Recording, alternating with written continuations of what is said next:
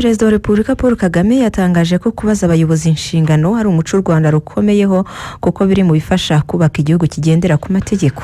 Ibi n'ibindi bijyanye n'icyorezo cya COVID-19 umukuru w'igihugu yabigarutseho kuri uyu wa mbere mu muhango wo kwakira indahiro z'abayobozi 8 bo mu nzego zitandukanye. Divin Uwayo. Ngewe Ngabitsinze Jean Chrysostome.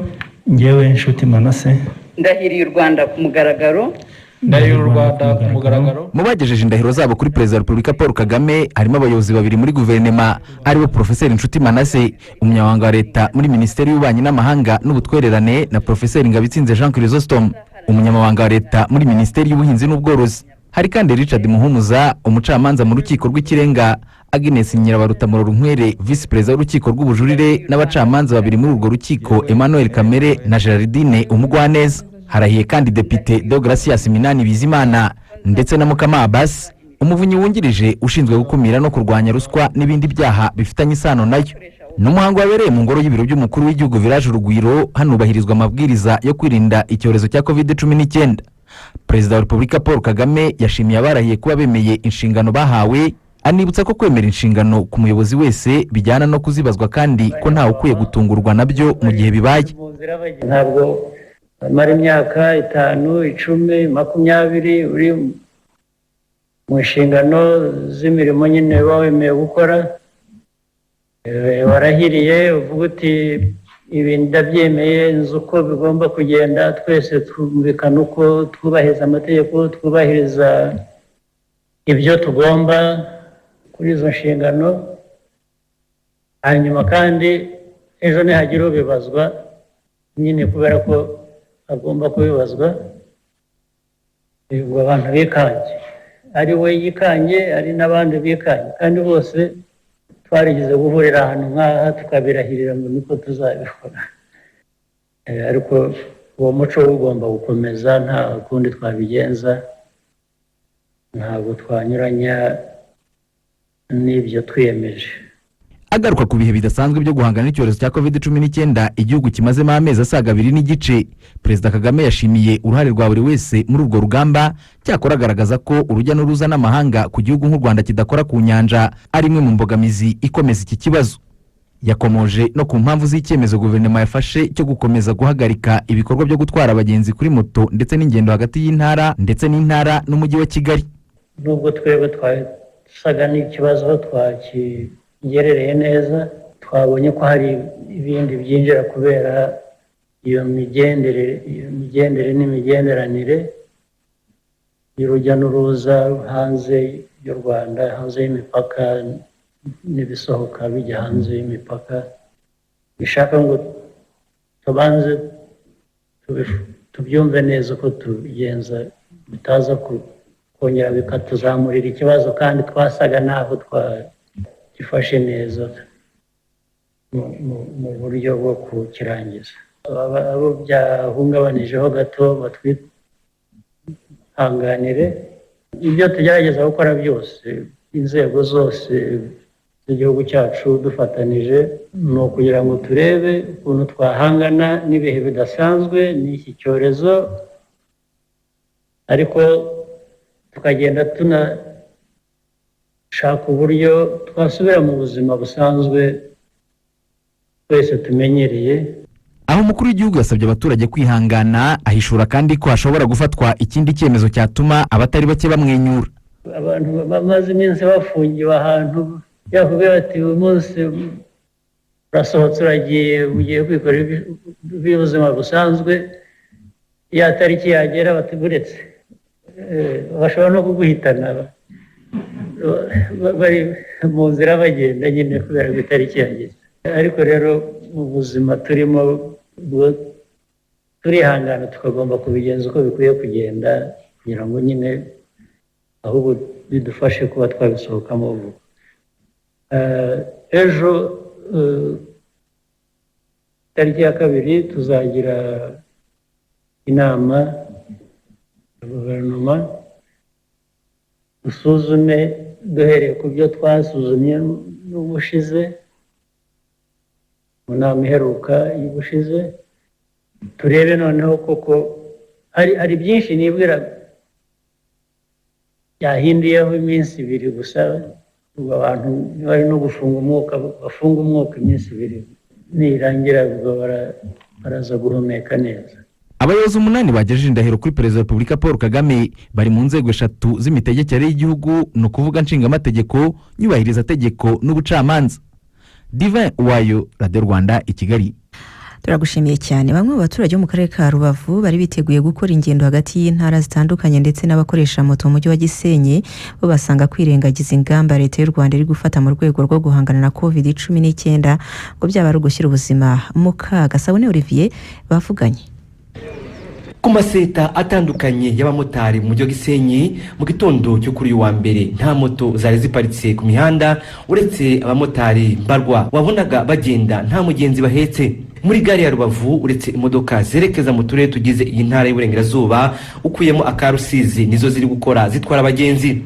Bamwe mu bagenzi bashakaga kwerekeza mu ntara zitandukanye no mu mujyi wa Kigali bavuze ko isubikwa ry'ingendo nubwo ritunguranye basanga ari ngombwa, kandi ko kubyirengagiza byaba ari ugushira ubuzima bwabo mu kaga kubera ubwandu bwa COVID-19 bugenda bugaragara. Ubuzima nibwo bwa mbere, ibyo wakora byose ubikora uri muzima. Niyo mpamvu na leta nayo iba yakoze icyo kintu cyo kuvuga ati ibikorwa biba bihagaze gato turebe uburyo bafata ingamba, ubwirinzi, abantu birinde gutya na gutya, kuko urumva ibitekereza ku buzima bw'abaturage. Ntabwo nanone nahatiriza ngo nkomeze ngende kubera yuko nshobora kwirukanka ngiye muri gahunda zindeba kandi zihutirwa, ugasanga nkuriye y'indwara ya COVID-19, ugasanga ngiremo ibyago byo kwandura ndetse nkanduza n'umuryango wanjye n'abo tubana. Niyo mpamvu nihanganye ndatuza. Ku ruhande rw'abamotari bari biteguye gutangira akazi nyuma y'amezi agera kuri 2 badakandagira mu muhanda, basanga ingamba leta ifata zikwiye kandi ko ari ishinzwe kureberera abaturage bayo, nkuko byagarutsweho n'umuyobozi w'agateganyo w'ihuriro ry'abamotari mu karere ka Rubavu, Ndereyezu Innocent. Leta niyo itureberera, ndetse dutegereje biriya byemezo by'inama ya minisitiri, naho kubyakira twabyakiriye neza nk'abanyarwanda kubera ko tuzi ikibazo gihari, twabyakiriye neza kandi natwe ntabwo twajya gushyira ubuzima bwacu muri risike, kandi leta irimo kutureberera itugira n'inama. Abashoferi batwara imodoka bavuga ko bakomeje ingamba zo guhangana na coronavirus, bubahiriza isuku, kwambara udupfukamunwa nubwo hari aho bikigoye kubahiriza intera hagati y'abagenzi. Ntabwo ari twe dukeneye dufaranga, bura ari nk'abagenzi baba bamenyera bagasuna begeranye, ariko twe twita tubabwira ko bidashoboka ko bagomba gushiramo intera y'umugenzi n'undi. Kuri iki kibazo Perezida wa gare ya Rubavu n'Amahoko Kayihimbako Ibart yihanangirije abashoferi bashobora kwirara ndetse yibutsa abagenzi kumva ko ubwirinzi batagombye kubifata nk'itegeko bahawe gusa. Hari bamwe nyine babifata nk'aho ari itegeko bahawe gusa ariko ntibabifate ko ari ubwirinzi. Ntekereza ko kubyumva ko ari ubwirinzi aricyo cy'ingenzi cyatuma abantu bagerageza kubikora neza. Twashyize ibyapa mu mamodoka byerekana hemerewe kwicara n'ahatemerewe kwicara, tugasaba rero abashoferi ngo babigira ibyabo, babikangurira abagenzi, kuko n'abagenzi nabo ubwabo hari abashaka kugenda biganirira, ariko mu by'ukuri ijwi Imana yaduhaye ni rirerire. Umuntu yicaye mu ngo n'imodoka n'undi yicaye mu nta cyatuma mutaganira. Ubuyobozi bw'iyi gare ya Rubavu bwavuze ko ingendo zerekeza mu karere ka Rusizi ziva mu karere ka Rubavu zahagaritswe mu gihe bagitegereje andi mabwiriza mashya. Sabune Olivier arakoze cyane. Dukomeze n'aya makuru tubagura ko ingendo hagati y'intara zitandukanye ndetse no hagati y'intara n'umujyi wa Kigali zikibujijwe nyuma y'uko mu karere ka Rusizi habonetse abantu 5 banduye icyorezo cya COVID-19. Abaturage bo muri aka karere ka Rusizi bakaba bavuze ko ibi bibahaye isomo kandi ko bakajije n'ingamba. Byabanje kudutera ubwoba, ariko twaje gusanga tutaguma muri ibi ngibi by'ubwoba gusa, ahubwo tugomba gukanguka. Iki cyorezo hari abantu bagishidikanyagaho, ariko ubu ngubu twatangiye kubona ko ari ibintu bitoroshye. Ingamba rero zashyizweho tugomba gukomeza kuzikurikiza ndetse tugashyiramo imbaraga nyinshi cyane, ndetse tukanashishikariza n'abandi bantu bagifite intege nkeya mu kuzikurikiza gukomeza gukaza umurego, ndetse tukaba twanasaba na leta n'andi mabwiriza ashoboka, harimo no kongera umubare w'abantu bapimwa ukaba wakongerwa. Ubu twatangiye kubahiriza aho dukorera mu bucuruzi dusanzwe dukora buri munsi. Ubu turi gukaraba neza, turi gukoresha isabune, ndetse twashatse na ya miti yo gukaraba intoki bishyizemo imbaraga no kongera distance intera yabaga iri hagati y'umuntu, turi no kwishishikariza abantu kuyubahiriza. Ikindi kintu tugomba kwirinda ingendo zitari ngombwa ndetse no gukomeza kuba ijisho rya mugenzi wa buri muntu, tukabwirana tugahwiturana. Umuntu twabona afite intege nkeya cyane cyane nk'abantu basanzwe bagira agakungu ku mugoroba wo kwicara ngo bari kuganira, kubashishikariza kubireka, kuko ibyo bintu byose nibyo bishobora kugira uruhare mu gukwirakwiza icyo cyorezo. Ubwoba rwose ntibwari kubura, dore ko ngewe nari n'umumotari nari niteguye kuzinduka njya mu muhanda, ariko twumvisha inkuru y'incamugongo twumva ubwoba buratwishe, ariko kuko twabikanguriwe na mbere hose twaje kwigarura tubona tugomba gukomeza ingamba, tugomba kwitwarika muri icyo kibazo kugira ngo turebe ko twakivamo vuba. Abo ni abanyarusizi bavuga ko bakajije ingamba. Ku murongo wa telefone kandi turi kumwe na Didier Ndicunguye, ni mugenzi wacu ukorera hariya Rusizi. Didier uriwe? Mwiriwe neza. Abanyarusizi ngo bakajije ingamba nyuma y'uko hagaragaye abantu 5 banduye COVID-19. Ubu tuvugana muri aya masaha bimeze bite aho ngaho mu mihanda ya Rusizi?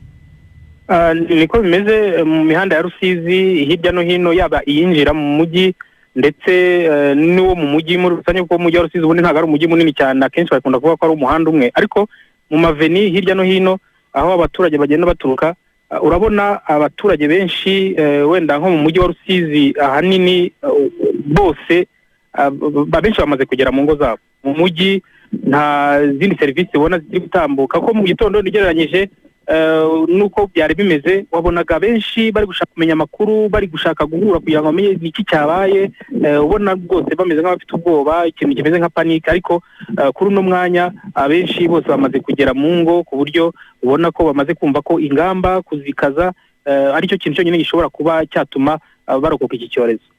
Uretse kuba mu ngo zabo, ibijyanye n'izindi ngamba zo kwirinda COVID-19 nko kwambara udupfukamunwa, kwirinda guhurira ahantu ari benshi, ibyo byo bimeze bitahura Rusizi? Nk'uko wenda nabo twaganiriye babivuze, mu by'ukuri ikijyanye no kwambara udupfukamunwa nicyo kintu bashyize imbere cyane urebye, ariko noneho bagahindura uburyo batwambaraga, kuko hari wakambaraga uko gafashe ku munwa akumva ari ibyo, ariko ubu noneho bari kugafata kagatwikira izuru ku buryo kaba gafashe kose, ku buryo hari n'abandi bavuga bati kanga kandi ndabona kadahangana, tugomba kujya kuduhindura. Ibyo byose bagiye babikora, noneho wa undi wumva atambutse, hari n'ikintu bakomoje cyo kuba ijisho rya mugenzi, buri wese akaba ijisho rya mugenzi we, aho abaturage babonaga bacyana ati nyaboneka ambara neza, ambara agapfukamunwa neza ku buryo kagukwira. Ibyo byose rero bagiye babigaragaza, ndetse n'izindi ngamba zijyanye no gukomeza gukaraba, ku buryo usanga haba ari mu maserivisi haba ari hehe, icyo kintu mu by'ukuri bari kucyitwarika cyane, ku buryo n'abari baradohotse ubu ngubu noneho bumvishe ko wa mugani nk'uko tugeze kubikomozaho ko ubu ngubu nta mikino kandi ko amazi ari yayandi. Ku bijyanye n'uko abanyarusizi bagomba kuguma hamwe ntihagire uva Rusizi ngo aze mu kandi karere, byo babyakiriye bate, bimeze biti? Mu by'ukuri abaturage bamwe na bamwe, abenshi cyakora ntabwo bari bafite gahunda yo kuba uko wabibonaga, bari bararanye gahunda yo kuba batangira gahunda yo kugenda mu ntara ndetse no kujya mu mujyi wa Kigali. Abo ntabwo bari benshi cyane ugereranyije wenda na za reservation ziba zakozwe mu majansi atwara abagenzi, ariko noneho kuba ibyo ngibyo byo basanze ari ingamba rusange, naho ibyo kuba bagomba kuguma mu karere kabo muri kino gihe ndetse no mu ntara ntibabe bajyayo, bumvishe ko ari bwo buryo bwo kugira ngo ntagire icyo bashobora kuba bakwirakwizamo nk'icyorezo ku baba bagifite. Ariko noneho ikindi kintu banasabye bavuze ati mu gihe tukiri ahangaha twese turi ahangaha tubonye umwanya, byaba byiza n'ubuyobozi budufashije ku buryo hapimwa abantu benshi, kugira ngo uko turi ahangaha twese batubonere rimwe, cyangwa se tubone uburyo abakekwaho cyangwa se abashobora kuba barabonanye na bariya, uburyo bwiza bwo kuba bapimwa cyangwa no kureba ko nta wundi ushobora kuba yakwanduza undi mu gihe batatatanye cyangwa se bagiye mu kandi karere cyangwa no mu yindi ntara. Didier turagushimiye cyane. Murakoze cyane Savera.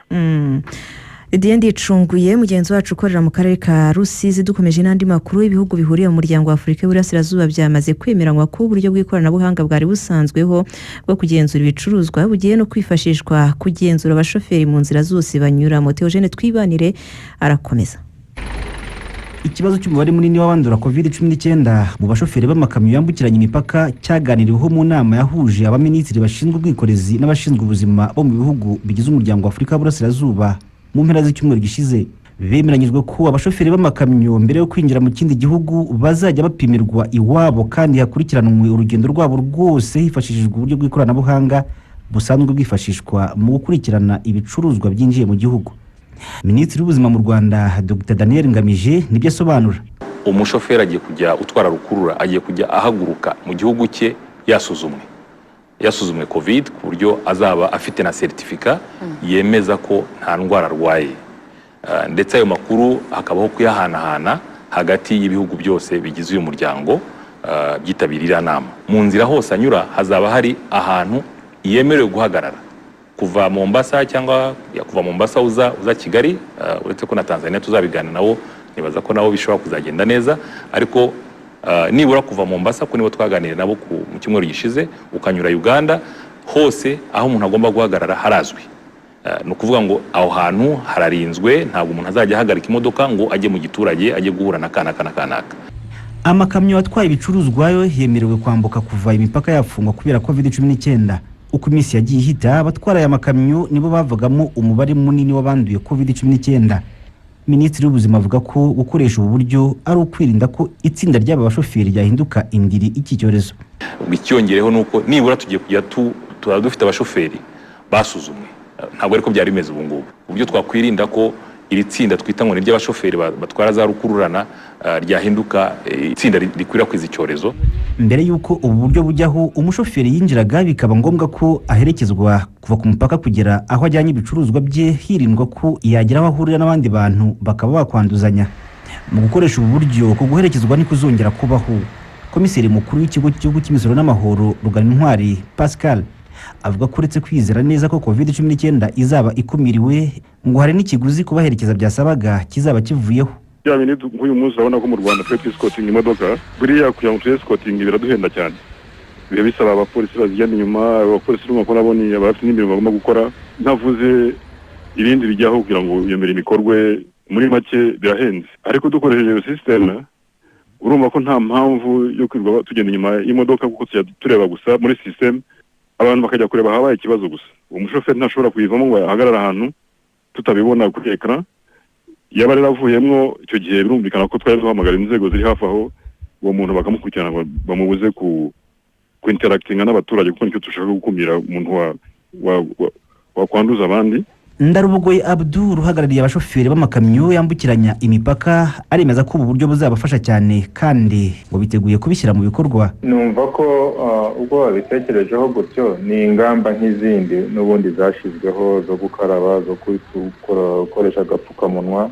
Ubwo ibyo ari byo byose bizagira ingaruka nziza kuri ubwo ngubwo nibujyaho tuzabimenyesha abashoferi bacu uburyo bagomba kubyitwaramo. Minisiteri y'ubuzima ivuga ko iki cyorezo kikimara kugaragara ku butaka bw'u Rwanda, umubare munini w'abacyandura wabanje kuba mu binjira mu gihugu bava hanze. Imipaka bayifunze hakurikiyeho gushakisha abo babaga bahuye nabo bose. Kugeza ubu imibare ishyirwa ahagaragara buri munsi na Minisante igaragaza ko abanduye abari abashoferi b'amakamyo nabo bahuye nabo. Theogene Twibanire i Kigali.